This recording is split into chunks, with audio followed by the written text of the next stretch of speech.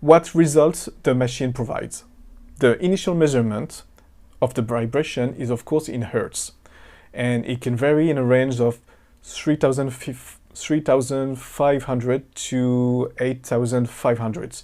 And Hostel developed the ISQ, which stands for Implant Stability Quotient, and it translates the hertz translates the hertz range into a score from 1 to 100. So long story short, 70 you are green, you get a high stability and you're good to go.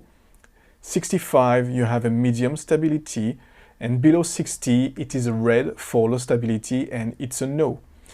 It's a non-linear scale, it's more logarithmic, and with time a stable implant will tend to a 70 whether you had a 65 or 80 for example. So the ISQ must be interpreted for each indication.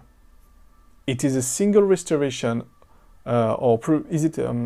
single restoration or prover restoration. You can do immediate loading with a 64 for all 106 case, but that will be a questionable decision if it's for a single central incisor. Also, it must be evaluated with time. For example, a 59 during implant placement is okay. If your insertion torque was okay, then you will opt out for a two-step surgery and no immediate loading. However, if the score is still low after 6 months, maybe you should consider removing the implant. And if you get a 65 after 2 months, maybe consider leaving the implant alone for 2 months more and review it again before proceeding with the impression.